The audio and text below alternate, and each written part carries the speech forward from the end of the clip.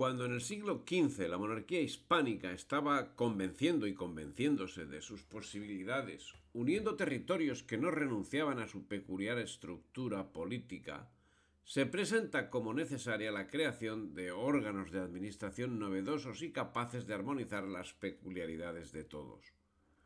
Un esfuerzo mental que acabó dando luz al que es conocido como régimen polisinodial, un sistema administrativo central que coordina una red de organismos colegiados, los conocidos como consejos, algunos provenientes de las anteriores administraciones que se multiplican y se acoplan a la nueva realidad cambiante de los siglos XV y XVI y que permiten a la autoridad real alcanzar los más distantes puntos de unos reinos en los que comenzaba a no ponerse el sol. Era menester el concurso de un equipo de personas,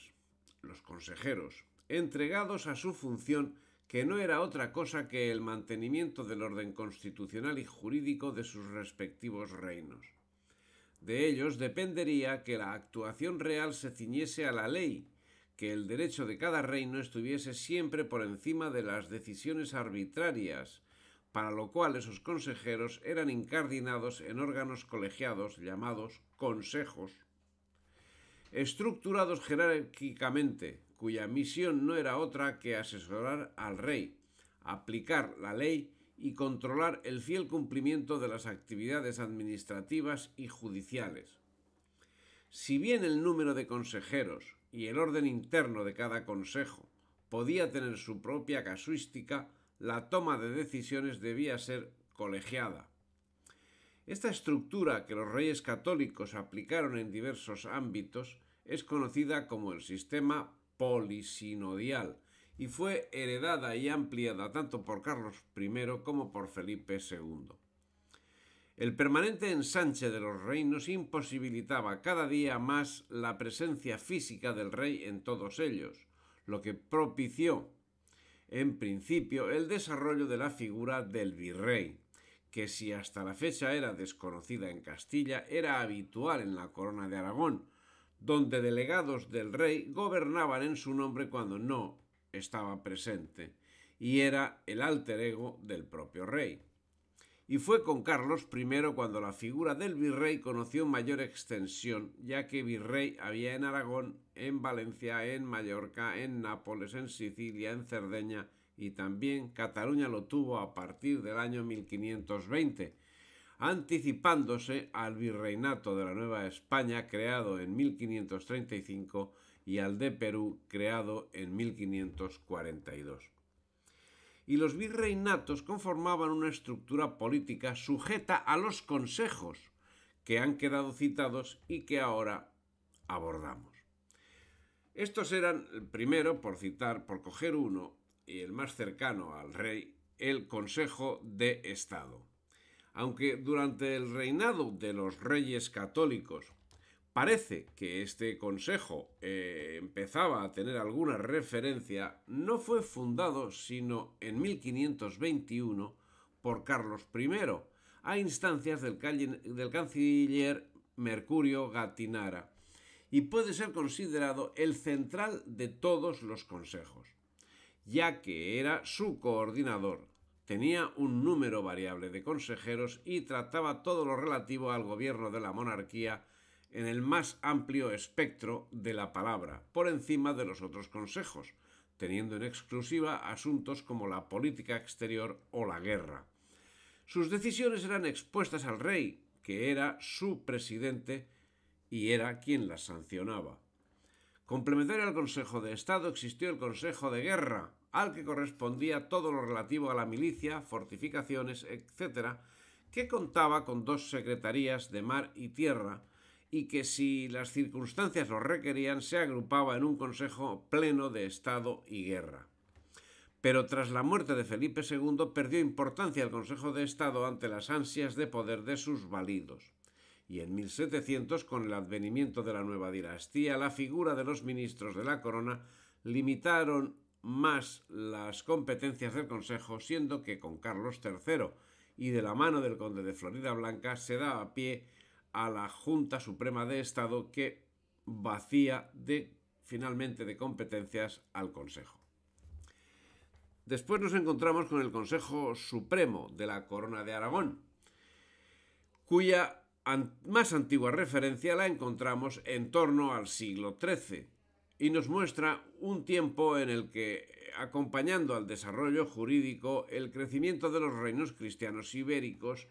adquirió un definitivo impulso que se inició en torno al año 1212, año de la batalla de las Navas de Tolosa. Estamos en la Edad Media, cierto, pero contrariamente a lo que los ilustrados nos han dicho a lo largo de 3 siglos, el oscurantismo está lejos de esta época gloriosa del mundo cristiano.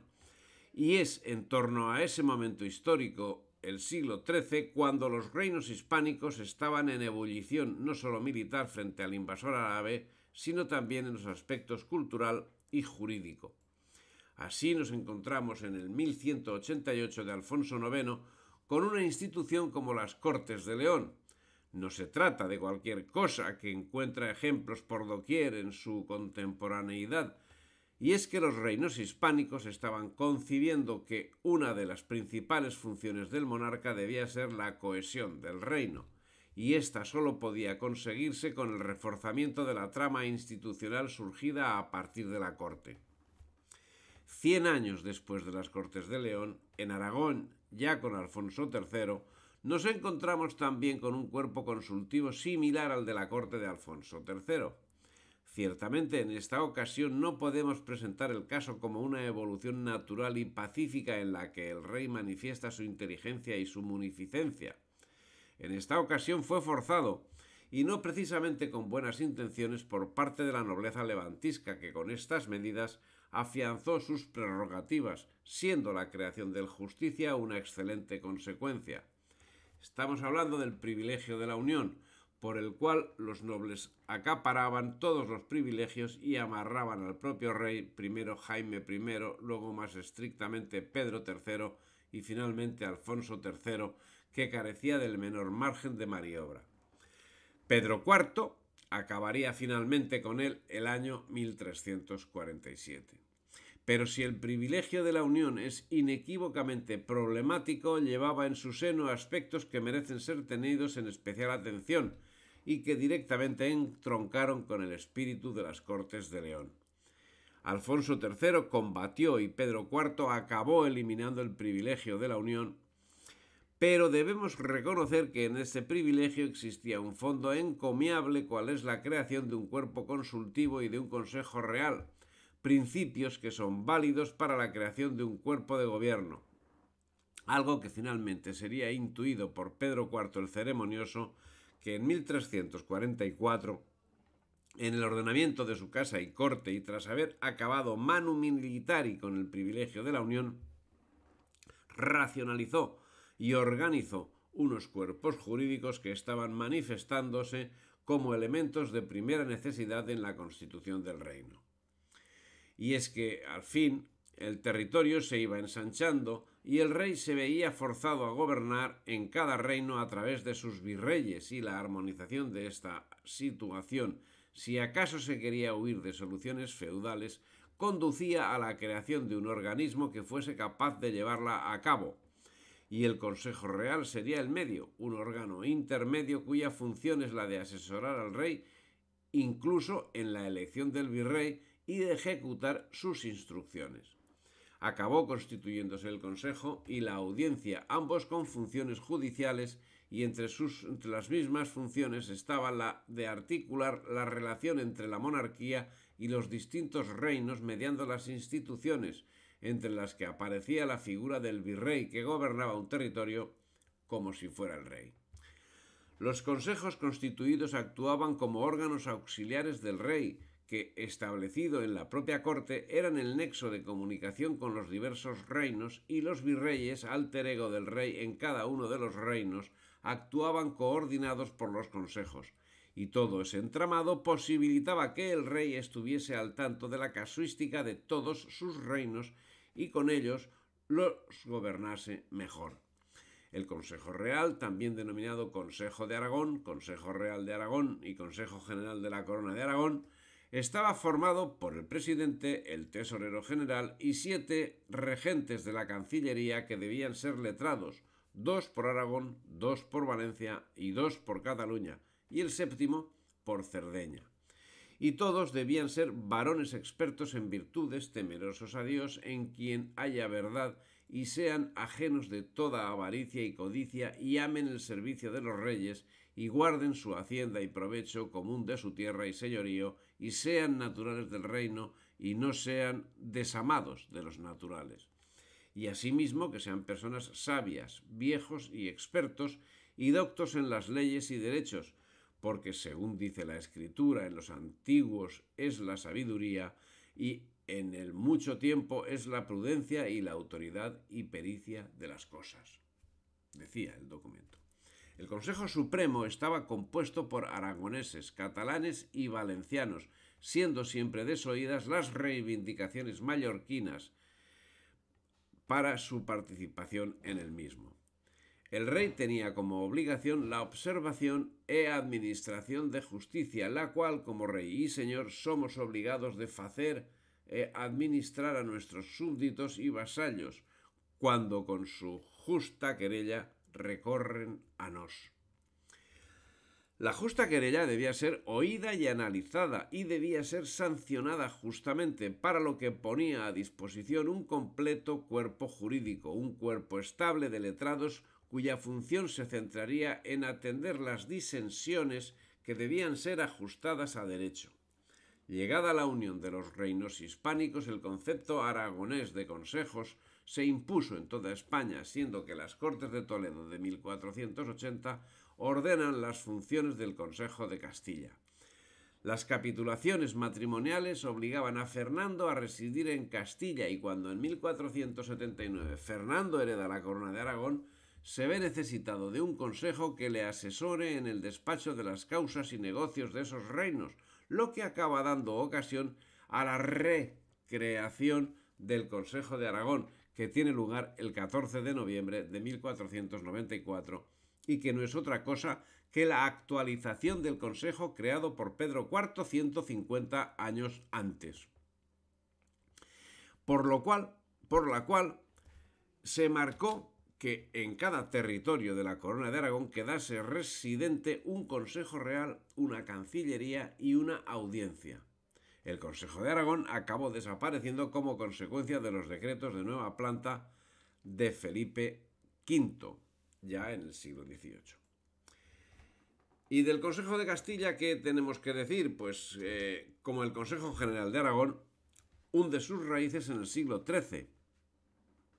habiendo sido reformado en el siglo XVI por Carlos I. Era el órgano supremo de gobierno, justicia, interior, asuntos eclesiásticos y política, y estaba compuesto por un presidente y 16 consejeros. Sus competencias abarcaban asuntos de gobierno, de judicatura y de legislación y carecían de sede fija, desplazándose por las diversas ciudades del reino, teniendo capacidad para emitir documentos en nombre del rey. Y es que desde el siglo XIII la monarquía castellana contaba con la existencia de un consejo que fue creado en las Cortes de Valladolid de 1385 por Juan I y que estaba constituido por 4 prelados, 4 caballeros y 4 burgueses. Evidentemente no fue obviada la decisión personal del rey y muy especialmente durante la Edad Media. Sin embargo, solía ser atendido el consejo, que si en un principio estaba conformado por miembros de la Casa Real, pronto cambió su estructura, al ser sustituidos sus miembros por técnicos de derecho, que ampliaron sus competencias hasta entender de asuntos judiciales, gubernativos y legislativos, alcanzando un protagonismo decisivo en todos los acontecimientos históricos,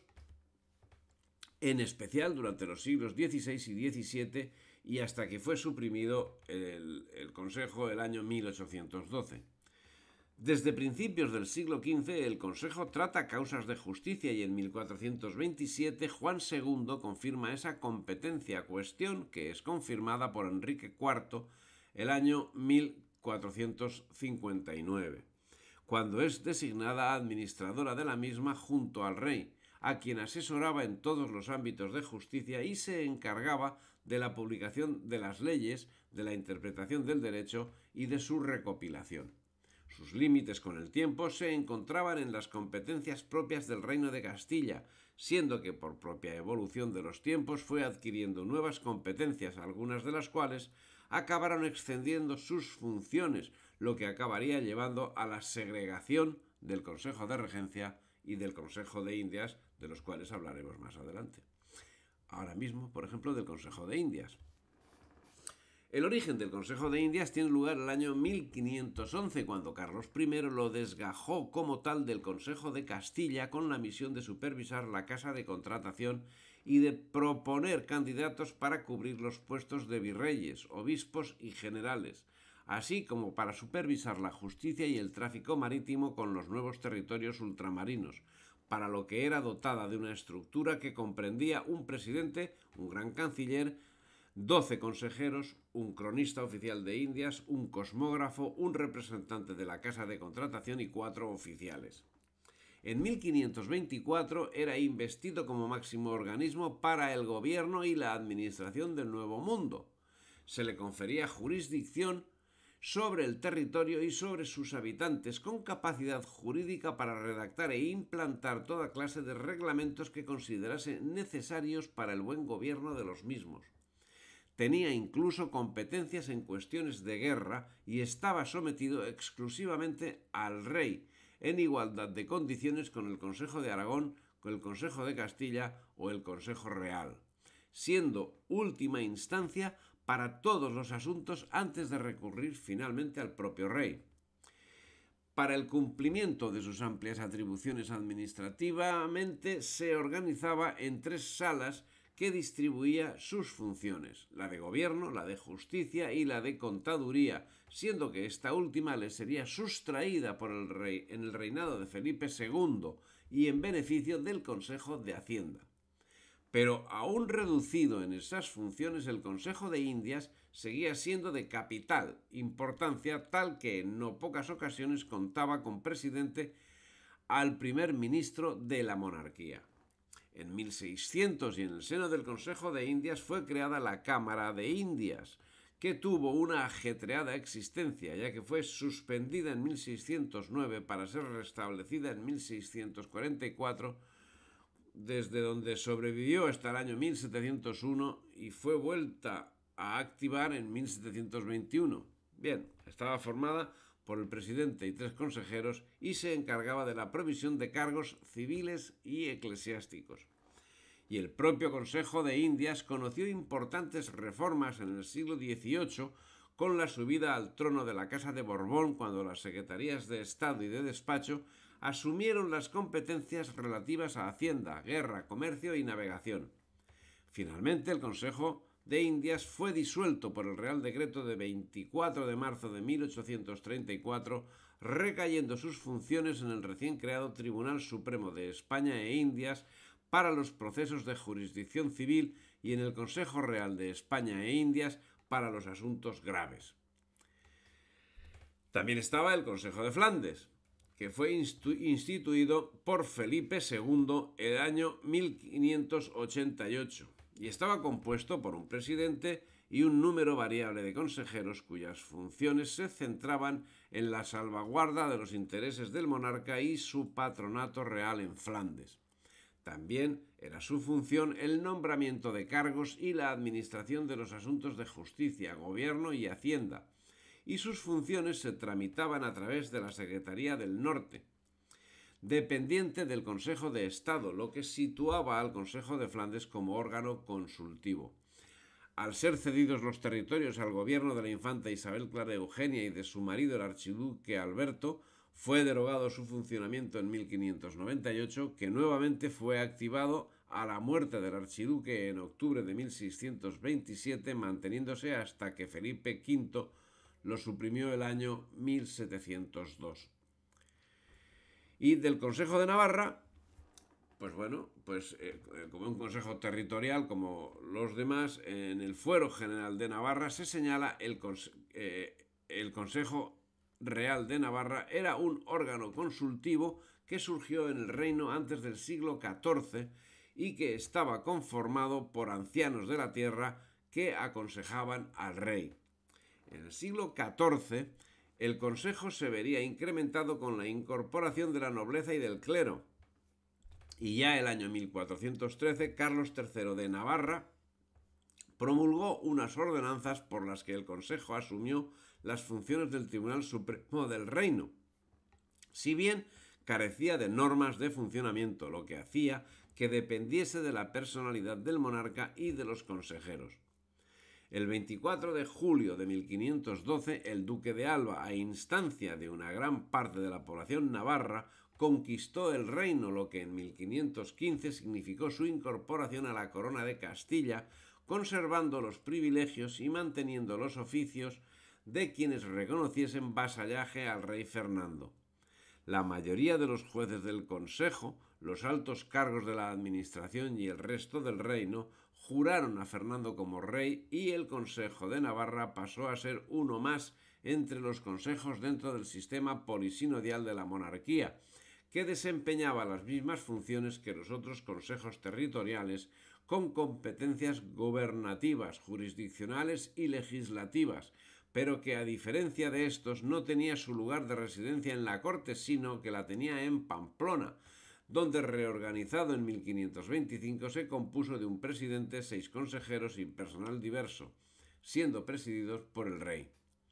Tuvo peculiaridades propias, como fue superar las reformas borbónicas y seguir en funcionamiento a la llegada del siglo XIX, en el que, a pesar de las dificultades, logró pervivir hasta el 27 de agosto de 1836, cuando fue sustituido por una audiencia. El Consejo de Portugal, pues también entra lógicamente en la baraja de los consejos reales, y cuando surgió, pues en 1580, el rey Felipe II perfeccionó la unidad de España con la incorporación de la corona de Portugal, momento en que se incorporó al sistema polisinodial de la monarquía hispánica. Ya entonces, en el Memorial de Almeirim, encontramos el origen de este Consejo de Portugal, definido de la siguiente manera: que estando su majestad o sus sucesores fuera de Portugal, en cualquier parte que sea, traigan siempre consigo una persona eclesiástica y un veedor de la hacienda y un secretario y un chanciller mayor y 2 desembargadores de palacio, los cuales se llamarán Consejo de Portugal, para que por ellos y con ellos se despachen todos los negocios del mismo reino. Y también andarán en la corte 2 escribanos de hacienda y 2 de cámara, para lo que fuere necesario en sus oficios, y todo será hecho en lengua portugués. Y las dichas personas serán portuguesas, y cuando su majestad o sus descendientes vinieran a Portugal, vengan con ellos el mismo consejo y oficiales, y sirvan de más de los otros de los mismos oficios que ha de haber en el reino para gobierno. Las Cortes de Tomar, celebradas en el mes de abril de 1581, recogen este mismo acuerdo, que confirmaba que Portugal mantenía sus propias leyes, tradiciones e instituciones, debiendo ser gobernada directamente por el rey, o, siendo imposible tal cosa, por un virrey, y en tal caso el Consejo de Portugal, que debía estar integrado únicamente por portugueses, debía acompañarlo donde fuese. El Consejo sería creado el año 1582 y estaría compuesto por un presidente y 6 consejeros, todos portugueses, entre los que destacó el veedor de Hacienda, que era responsable de la administración de justicia y de la designación de cargos. Y en cuanto al Consejo de Italia, bien, en 1556 Felipe II desgajó del Consejo de Aragón el Ducado de Milán y el Reino de las 2 Sicilias, dando lugar al Consejo de Italia, compuesto por un presidente y 6 regentes, 2 por el Reino de Nápoles, 2 por el Reino de Sicilia y 2 por el Ducado de Milán, que en 1705 se ampliaría a Cerdeña y cuyas funciones alcanzaban la administración de justicia y de hacienda, así como el nombramiento de cargos y virreyes, pero no las de defensa y asuntos exteriores, que quedaban privativos del Consejo de Estado. Tribunal de máxima apelación resolvía los contenciosos entre instituciones. Su función primordial fue la de gobierno y control sobre las distintas instituciones. como consecuencia de la derrota de España en la Guerra de Sucesión y la ulterior firma de los tratados de Utrecht de 1713 y Rastatt de 1714, fueron secesionadas de la unidad nacional los reinos y ducados italianos, con lo que se marcó el final del Consejo de Italia.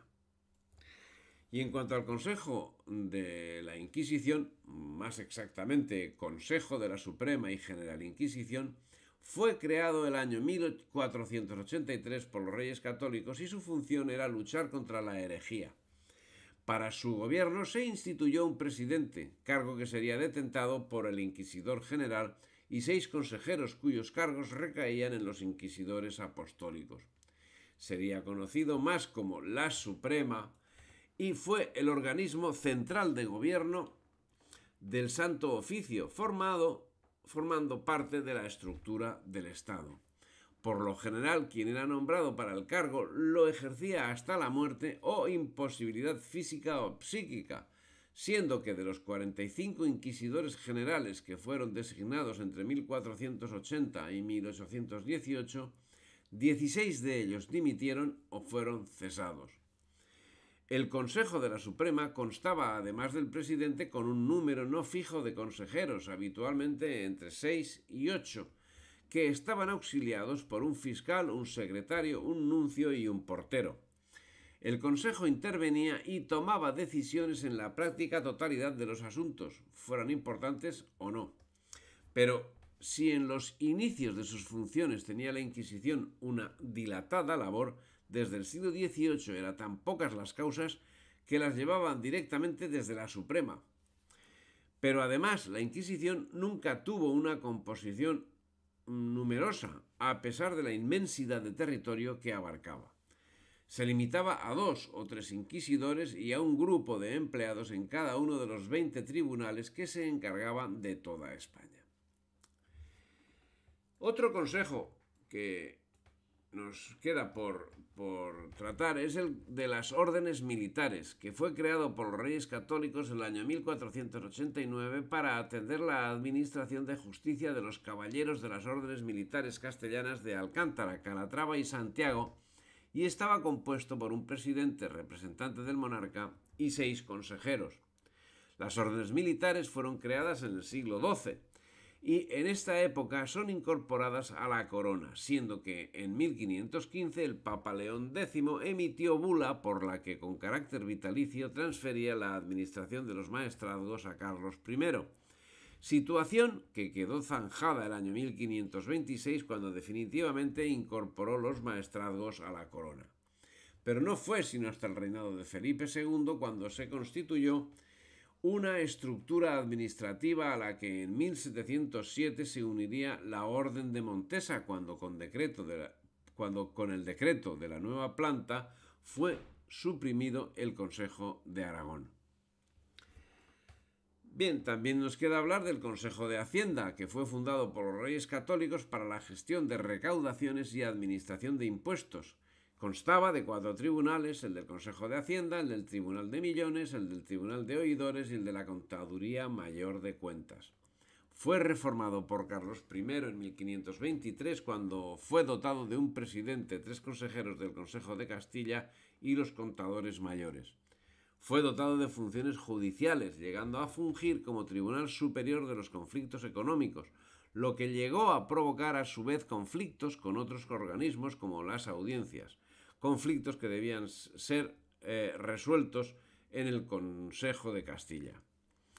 Fue un elemento de primera necesidad durante el reinado de los Reyes Católicos, dado que las arcas reales quedaron exhaustas tras la Guerra Civil.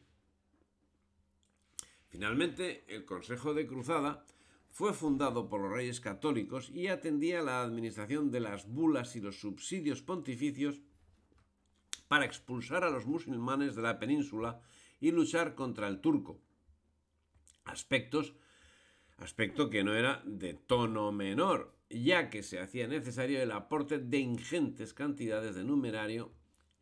aparte del generado por las acciones propias de la guerra, etc., de numerario a favor del papado, para el asunto de las bulas. El Consejo fue dotado de un presidente, 2 consejeros del Consejo de Castilla, un regente del Consejo de Aragón y un consejero del Consejo de Indias, y se ocupó de la concesión papal de la bula de la cruzada y de la gestión de los recursos, lo que exigía el mantenimiento de una contaduría propia.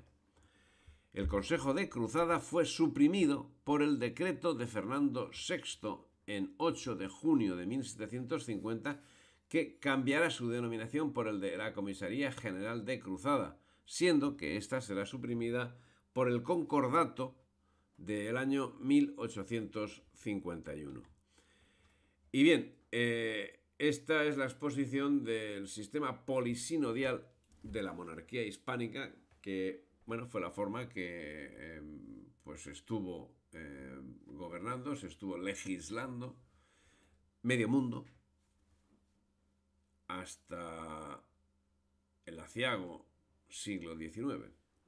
Si te ha gustado el vídeo, dale me gusta, difunde y suscríbete al canal.